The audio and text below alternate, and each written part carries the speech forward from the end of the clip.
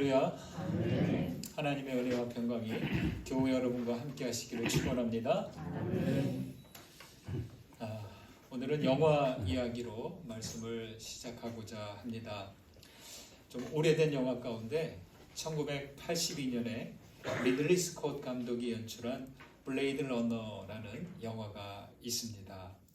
영화 속 세상은 멀지 않는 미래를 배경으로 하는데요. 과학기술의 발달로 복제인간을 만들어서 우리 인간들의 어려운 노동을 대신하는 그런 대체품으로 활용하는 시대입니다. 그런데 문제는 이 복제인간들이 인간과 거의 유사해요. 생각하고 추리하는 그런 능력도 있어요. 그래서 간혹 제멋대로 도망가면서 혼란을 일으키는 일이 생기는 겁니다. 주인공 형사는요, 그 도망친 복제 인간들을 추적해서 붙잡거나 혹은 제거하는 그런 역할을 맡았습니다. 영화 끝에서 복제 인간은 죽어가면서 형사에게 의미심장한 질문을 남깁니다. 참된 인간다움은 무엇인가? 라는 질문이죠. 그리고 이 영화는 몇 년 전에 한 35년 만에 속편이 제작되었습니다. 속편에서도 전편의 질문이 그대로 이어지고 있습니다. 영화는 단순히 인간과 복제 인간의 차이만 보여주려는 것 같지만, 그러나 우리에게 철학적이고 영적인 물음을 끝까지 붙들고 있다는 겁니다. 여러분, 참된 인간다움은 무엇일까요? 우리가 사람인데 사람답게 하는 우리만의 귀중한 그 이유가 무엇일까요? 영화 속 인간 사회는 본래 인간다움을 자꾸만 잃어버리고 있어요. 대신 복제인간은 끝까지 그 참 인간다움을 찾아가고 있는 것을 보여주고 있습니다. 영화에서 말하는 참 인간다움의 모습은 두 가지였습니다. 하나는 생명 존중이에요. 이 생명을 끝까지 지키고 아끼려는 그 모습이 인간다운 것이다. 이것을 말하고 있고요. 다른 하나는 기억, 메모리입니다. 사람은 살면서 자기만의 경험으로 기억이 만들어지죠. 그 경험들과 기억들마다 자기만의 감정이 있고 자기만의 느낌이 있습니다. 그래서 우리는 그 기억들로 나의 자아가 만들어집니다. 여러분 생각해 보십시오. 그 기억들을 내가 갖고 있지 않다면 지금의 나는 나로서 온전해질까요? 참 그거는 어려운 일이겠죠. 하지만 영화 속 복제인간에겐 그런 기억이 없기에 가짜 기억이 주입되는 겁니다. 여러분 생각해 보십시오. 아기로 태어나서 성장하는 게 아니라 원하는 나이에 딱 하고 나타나는 거예요. 그동안의 기억은 없는 거예요. 그러니까 어떻게 하겠어요? 20년으로 20살로 태어나면 20년 동안에 뭔가의 기억이 있어야 되잖아요. 이것을 인위적으로 넣어주는 겁니다. 그래서 어느 작가가 복제인간에게 만들어진 기억을 넣는데 어떻게 하냐? 소설가가 글을 쓰듯이 이야기를 이렇게 복제인간에게 가짜 기억을 넣어주는 거예요. 근데 그 복제인간들은 자기가 자기 기억이 가짜인지도 모르고 살아가는 겁니다. 그런데 이 주인공 K라고 있는데요. 어느 날 이 작가에게 와서 나는 예전에 이런 추억을 가지고 있습니다 하면서 자기 기억을 말하는데 이 작가가 갑자기 울컥하면서 눈물을 흘리는 거예요. 왜 그랬을까요? 이 주인공 K는 작가의 복제인간이에요. 그래서 K의 기억은 작가 자신의 소중한 기억이에요. 인위적으로 만들어진 기억이 아니라 작가가 어렸을 때부터 경험한 자기만의 정말 자기의 뿌리 경험인 것이죠. 그래서 작가가 이렇게 말합니다. 예술가는 종종 자기 기억을 작품에 넣곤 합니다. 이렇게 말이죠.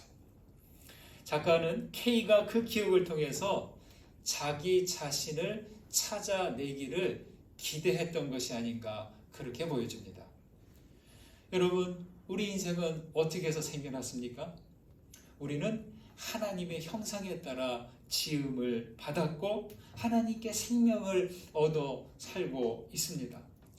인간으로 산다는 것은요, 그냥 숨 쉬면서 산다는 것 이상이라는 거죠. 저마다 사람으로 살면서 소중한 기억을 갖고 있는데 한 가지 반드시 기억해야 할 것은 하나님께서 우리에게 넣어주신 원초적인 기억이 있다는 것입니다. 그 원초적인 기억을 하나님께서 우리에게 넣어주셨다는 거예요. 그래서 하나님을 생각하고 하나님의 형상을 회복하고 하나님을 찾아오기를 바라신다는 거예요. 이게 중요해요. 우리가 하나님을 찾고 믿음을 갖게 되는 것이 이 이유 때문이 아닌가, 저는 그렇게 생각해 봅니다. 우리가 하나님께서 주신 기억을 따라 하나님을 생각하고 하나님을 찾아가지 못한다면 우리는 원본이 아닌 상태로 살게 되는 거죠. 하나님께 생명을 얻은 원본이지만 세상의 거짓 가르침에 따른다면, 죄에 따라 살아간다면 복사본처럼 살게 되는 것이죠. 여러분, 우리는 원본입니까? 복사본입니까? 하나님을 기억하여서 하나님의 형상을 회복하는 참 사람으로 거듭나시기를 간절히 소망합니다. 창조주 하나님은요, 우리를 하나님의 형상에 따라 원본으로 만드셨습니다.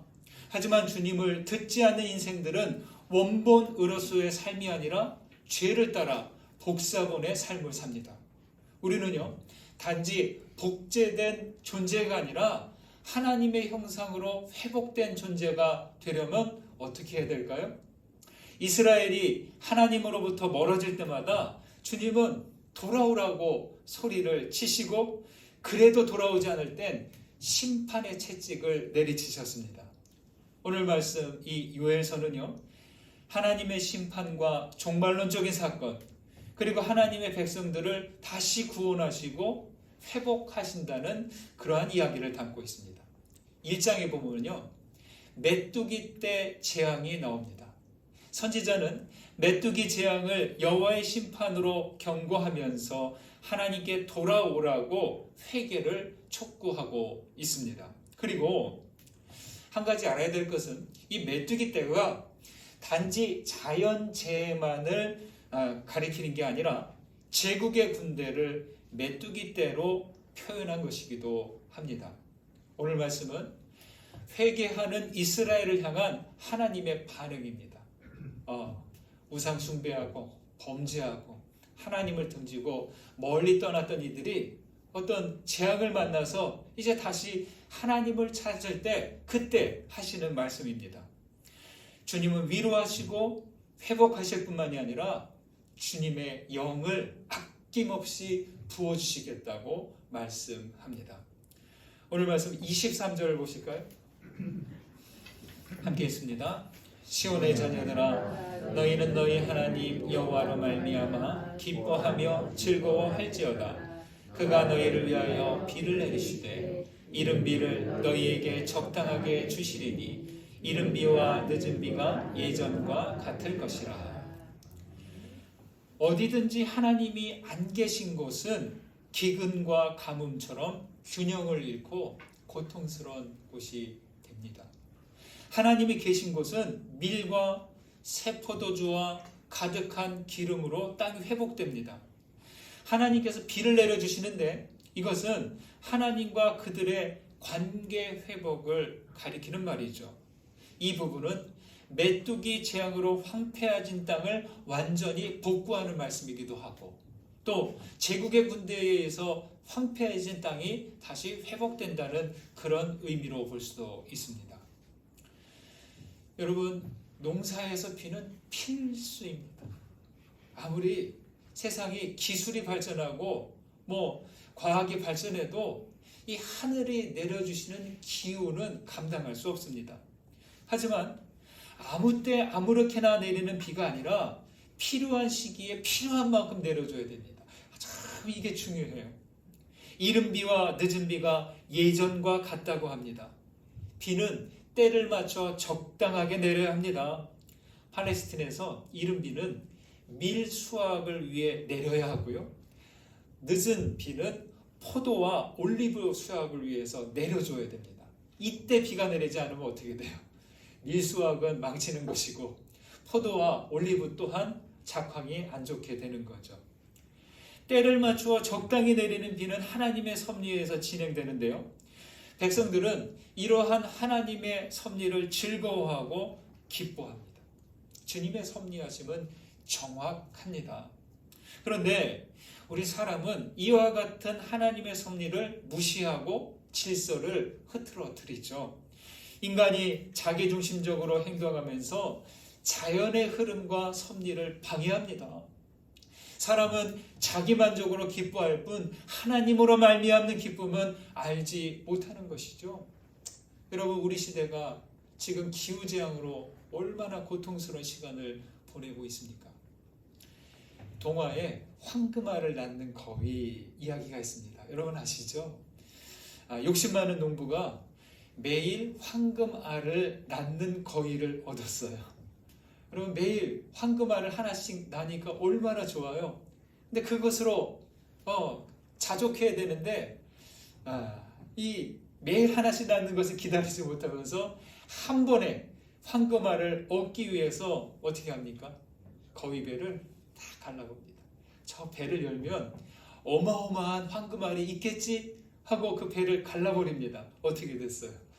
거위 뱃속에는 황금알이 없고 그냥 거위만 죽고 만다는 그러한 동화죠. 오늘날 세상은 그런 것 같아요. 지금 기후장애라든지 이런 환경위기가 온 것이 모든 자원을 한꺼번에 꺼내서 사용하려고 하다 보니까 이 생태 리듬이 깨진 거죠. 기후와 계절의 변화가 너무 불규칙해서 예측이 안 되니까 어떤 작물을 심어야 될지 모릅니다. 기후가 불규칙하니까 항상 불안해요. 얼마 전 뉴스에서 고냉지 배추 작황이 지금 형편없다 하는 뉴스를 본 적이 있습니다. 여러분, 농부가 매번 작물을 심을 때마다 예측이 안 돼요.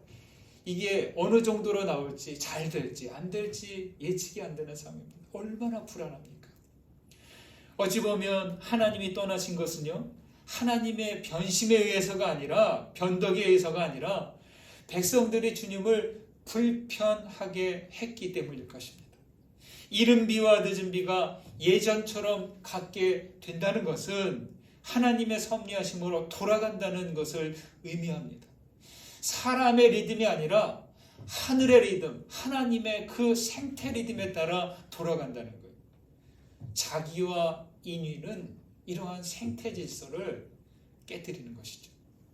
여러분, 하나님께서 이 땅을 위해 비를 내리시되 이른 비와 늦은 비를 예전과 같이 되도록 기도해야 할 것입니다.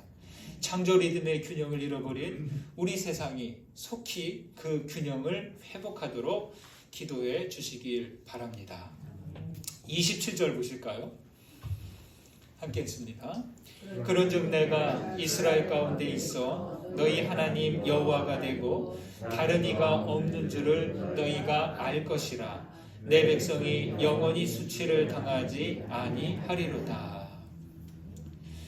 내가 이스라엘 가운데 있어 너희 하나님이 되고 라고 하는데요, 여러분, 이것은 정말 중요한 말입니다. 앞에 17절에 가면 하나님이 어디 있느냐라고 이방인들이 대놓고 비웃고 있습니다. 지금 이 27절은 17절에서 비아냥대는 그 이방인들을 향한 말이죠. 표현 방식을 주의해서 보시기 바랍니다. 내가 있어 되고입니다. 여러분, 우리가 얼마나 체감하는지 모르지만 하나님이 계시고 안 계시고에 따라서 이 세상의 그 상태와 조건이 완전히 달라지게 된다는 겁니다. 하나님은요, 누가 오라고 해서 오고 가라고 해서 가시는 분이 아니라는 거예요. 주님은 그냥 계세요. 우리가 가시라고 해도 가는 분도 아니고 오시라고 해서 오시는 분이 아니고 그냥 늘 그 자리에 계십니다. 문제는 언제나 우리 가운데 계신 하나님을 우리가 인식하느냐 못하느냐입니다. 임마누엘 하나님은 항상 여기에 언제나 우리와 함께 하십니다. 현존하고 계십니다. 내가 현존하시는 주님을 인식하면 어떻게 돼요? 나를 통해서 하나님이 드러나요. 그러나 우리가 인식하지 못하면 최소한 나를 통해서는 하나님이 안 계신 것으로 드러납니다. 여러분, 이게 참 중요합니다. 우리가 하나님을 믿고 예수님을 믿고 신앙인으로 산다고 하는데 아무리 봐도 저 사람은 하나님 없이 사는 것 같아. 어때요? 참 이거 힘들지 않습니까? 우리가 믿음에 연약할지라도 말씀에 따라 살고 예배하고 하나님을 늘 찬송하고 의지하며 산다면 나를 통해서 하나님이 드러나는 거예요. 여러분, 우리는 주님이 하나님이신 것과 다른 이가 없음을 인정하고 나아가야 됩니다. 하나님을 모르면 영혼은 수치가 되는 거예요. 하나님을 모르는 세상은 그 섭리와 질서를 무시하고 인의와 자기로 흐트러집니다. 인간이 멋대로 바꿔버리는 것이죠. 시편 46편 10절 말씀에 말합니다. 너희는 가만히 있어 내가 하나님됨을 알지어다. 내가 문나라 중에서 높임을 받으리라. 내가 세계 중에서 높임을 받으리라 하시도다. 이렇게 말이죠. 하나님의 현존과 임마누엘을 모른다면 그 자리에 다른 게 들어가요. 우상이 자리합니다. 우상 숭배는 뭐냐? 간단해요. 신이 아닌 것을 신의 자리로 놓는 거예요. 하나님이 아닌 것을 하나님 자리로 밀어 올리는 겁니다. 없는 것을 있다고 여기는 거죠. 우리 인생들이 왜 우상을 숭배합니까? 자기 불안과 욕망을 우상에 투영합니다. 불안해요. 하고 싶은 게 많고 갖고 싶은 게 많아요. 그러니까 하나님이 아닌 것을 자꾸만 하나님의 자리에 놔서 내 불안을 해소하게 합니다. 내 욕망을 해소하게 하는 겁니다. 그 대표적인 게 뭐예요? 돈입니다. 여러분, 우리 시대의 최고의 하나님은 경제입니다. 경제가 나서면 모든 것이 거기에 엎드리게 되어 있습니다. 심지어 종교마저 엎드리고 있습니다. 돈을 우상의 자리에 놓고 불안을 해소하려고 합니다. 그와 반대로 하나님을 우상 수준으로 끌어내려서도 안 됩니다. 무슨 말이냐? 나의 안위와 욕망을 위해 하나님과 하나님의 섭리하심을 인위적으로 좌우하려고 해서는 안 되는 것입니다. 지구 생태 환경의 균형이 깨어진 이유는 이 하나님의 섭리로 운행되는 것을 인간의 편리를 위해서 바꾸었기 때문이에요. 이게 바로 지금 드러나고 있습니다. 하나님은 언제나 그냥 계세요. 눈에 보이지는 않지만 분명히 섭리하고 계십니다. 그런데 이 세상은 지식과 학문이 발전하고 기술 문명이 발전해 갈수록 더 이상 하나님 이야기를 안 하려고 합니다. 고루하다고 하고 전근대적이라고 하면서 종교와 신앙 이야기를 하지 않습니다. 정말 그럴까요? 결코 그렇지 않습니다. 좀 딱딱한 얘기 잠깐 말씀을 드릴게요. 세계 역사의 흐름, 지식과 사상의 흐름을 보면 혹시 들어보셨을까요? 옛날에는 신본주의 시대였어요. 신중심 시대였어요. 그러나 그 다음에는 인본주의, 인간 중심 시대가 되었고요. 그 다음엔 계몽시대, 계몽주의 시대, 개인 중심 시대, 지금은 탈근대적 이후, 근대 이후가 됐어요. 그래서 지금은 어떤 시대냐? 데이터 중심의 시대가 됐어요. 그럼 데이터 중심의 시대가 뭐예요? 네, 정보, 자료, 오늘의 날씨, 오늘의 경제 상황, 또 뭐 여론 지지도, 또 어떤 사람의 어떤 호응, 이런 데이터를 가지고 살지 않습니까? 인터넷, 휴대폰, 우리는 데이터 중심에 살고 있어요. 아무리 여러 가지 변화가 있어도 이 현재의 이 데이터, 정보 중심으로 살아가고 있다는 거예요. 역사를 지나면서 문화가 이런 식으로 변화를 이루었습니다. 그런데요, 그 과정에서 큰 과오가 일어났습니다. 뭐냐? 새로운 시대가 오면서 이전의 가치들은 쓸모없다 하고 죄다 내다 버리는 거예요. 예, 파괴되는 거죠. 무슨 얘기냐? 집을 짓는 것에 비유하면 여러분, 집을 지으려면 어떻게 해야 돼요? 땅이 있어야 되잖아요. 땅이 준비되면 그 위에 기초를 놓고 그 다음에 기둥을 세우고 벽을 올리고 그 사이에 창문과 문을 만들고 또 제일 마지막으로는 지붕을 올립니다. 그런데 만약 기초 없이 기둥과 벽을 세울 수 있습니까? 기둥과 벽 없이 문과 창문을 놓고 지붕을 올릴 수 있습니까? 그럴 수 없죠. 이전의 가치들을 쓸모없다고 다 내다버리는 일이 이런 결과를 가져오는 거죠.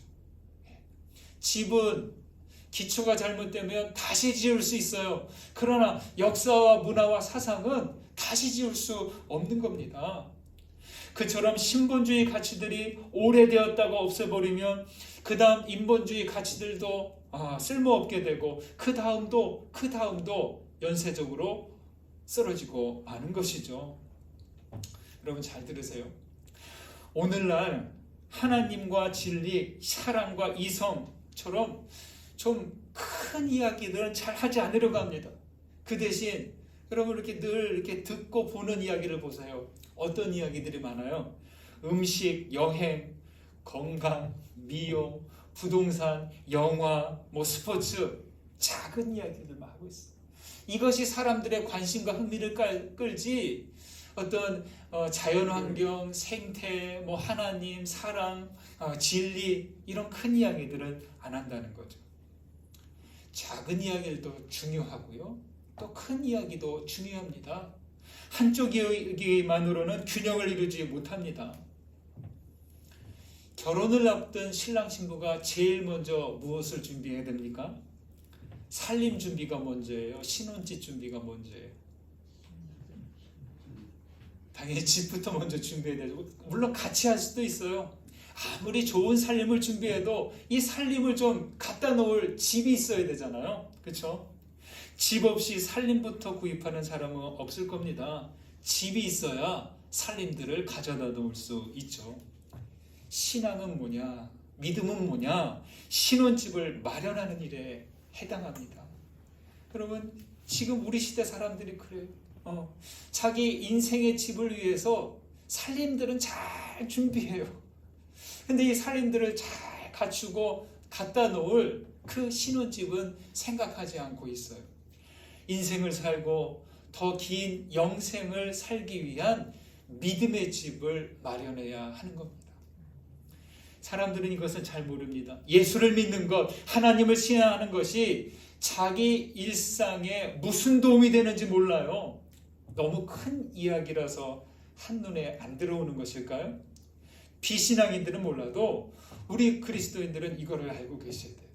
나의 믿음이 작은 이야기에 해당하는 것이 아니라 큰 이야기에 해당하는 것을 알고 있어야 됩니다.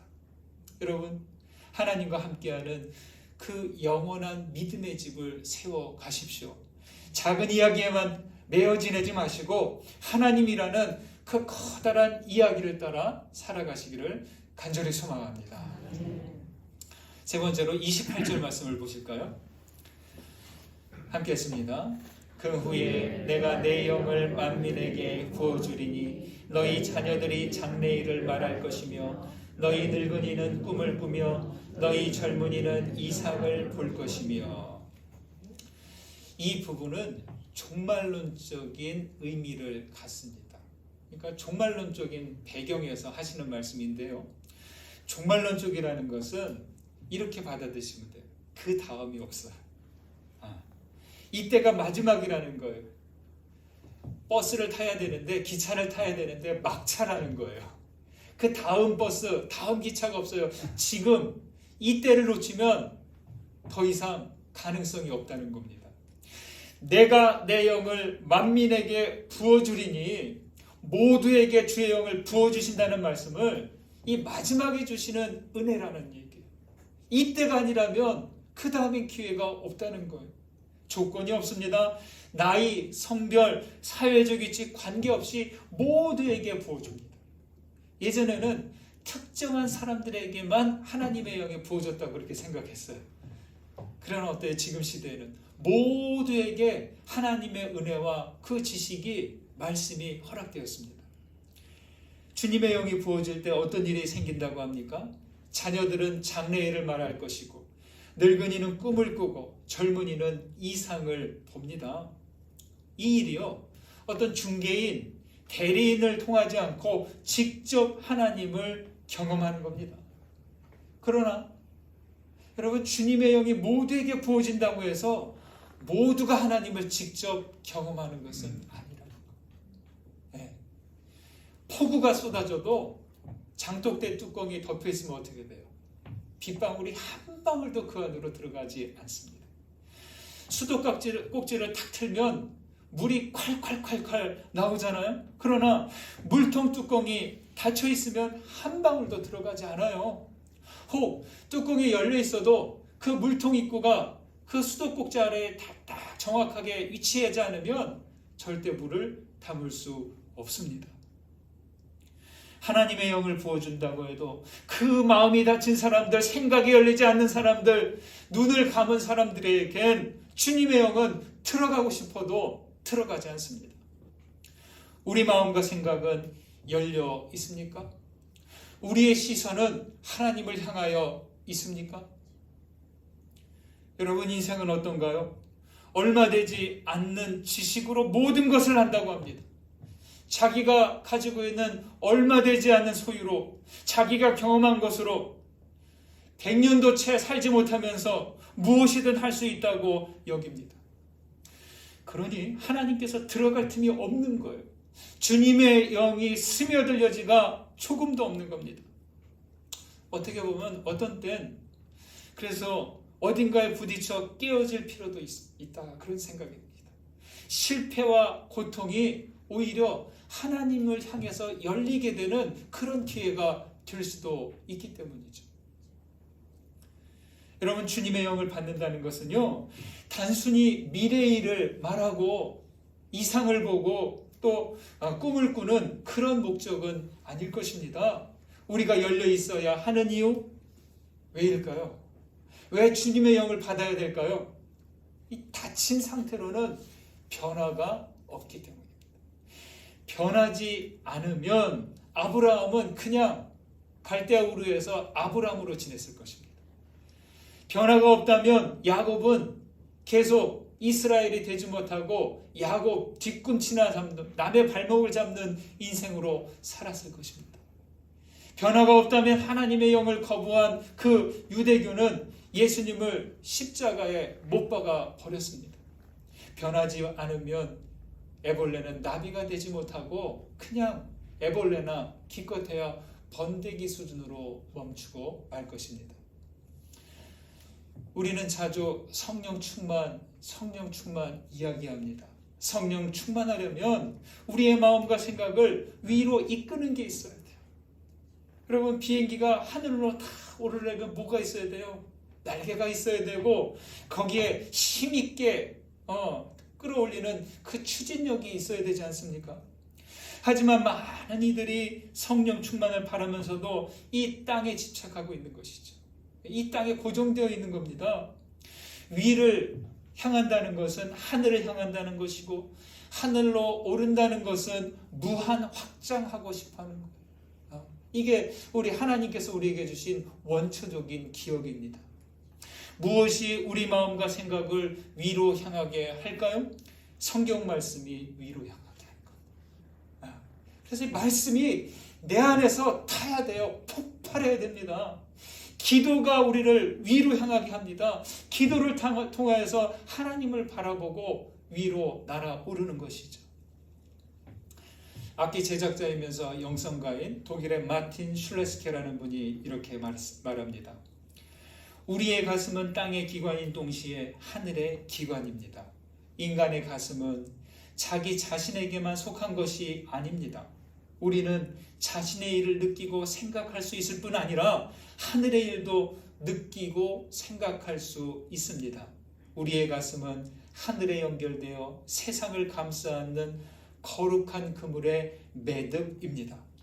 사랑을 향한 신뢰, 내적인 빛과 정열이 우리 안에서 사그라지면 살아있어도 죽은 것이나 마찬가지입니다. 이렇게 말이죠. 여러분, 우리의 가슴을 땅을 위해서만 움직이지 않고 하늘의 일도 느낄 수 있도록 해야 할 것입니다. 우리의 가슴은 어디에 연결되어야 돼요? 하늘에 연결되어서 하늘의 일도 느끼고 생각하고 그러면서 동시에 세상을 끌어안아야 합니다. 이를 위해서 하나님께서는 우리에게는 뭐라 하세요? 주님의 영을 부어주시는 거예요. 주님의 영을 부어주시는 거예요. 아낌없이 부어주시는 하나님의 영을 우리의 온 가슴으로 받아야 합니다. 그래야 우리가 하늘로 향하는, 위로 향하는 그러한 믿음의 삶이 되는 것이죠. 사랑하는 여러분, 여러분의 가슴에 하늘에서 부어주시는 주님의 영을 받으시기 바랍니다.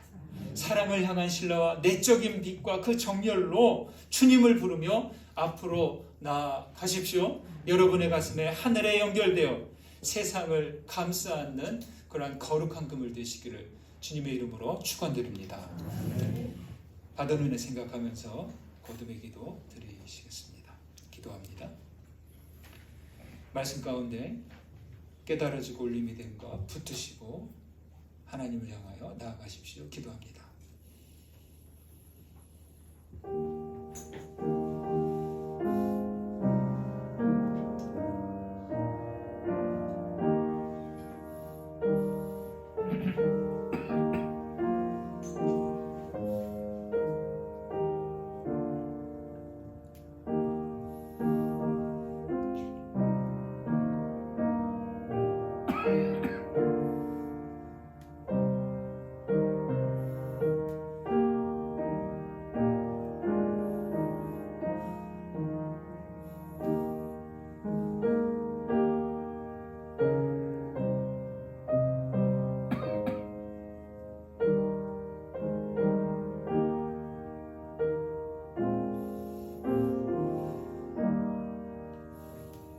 자비하신 하나님, 우리를 하나님의 형상을 따라 지어주신 것 감사드립니다. 주님, 우리를 불쌍히 여기사 다시 이른 비와 늦은 비를 내려주시기를 원합니다. 하나님 없이는 누구도 존재할 수 없음을 압니다. 하나님 안에 믿음의 집을 세우고 주 안에서 영생을 살게 하옵소서. 주님, 주께서는 주님의 영을 만민에게 부어주셨습니다. 우리 마음이 더 이상 완고하게 굳어가지 않도록 은혜를 더해 주옵소서. 우리의 가슴을 열어 주께로 향할 때 주의 영으로 충만케 하옵소서. 우리가 기도하고 말씀을 품을 때마다 하늘에 연결되게 하옵소서. 예수님의 이름으로 기도드립니다. 아멘.